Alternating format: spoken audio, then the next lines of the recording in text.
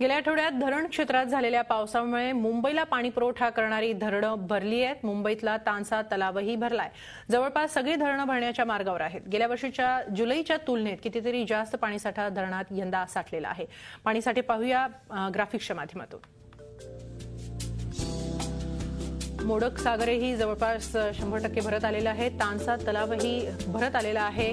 विहार देखील भरत आलेला आहे। 80.12 मीटर एवढी क्षमता आहे, तर 78.55 मीटर पर्यंत विहार तलाव भरलेला आहे।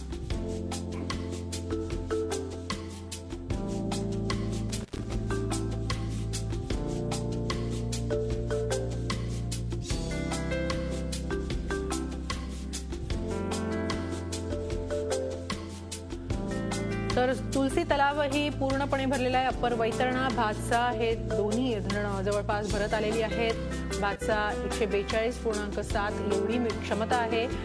129.91 मीटर पर्यंत भातसा भरलेला आहे।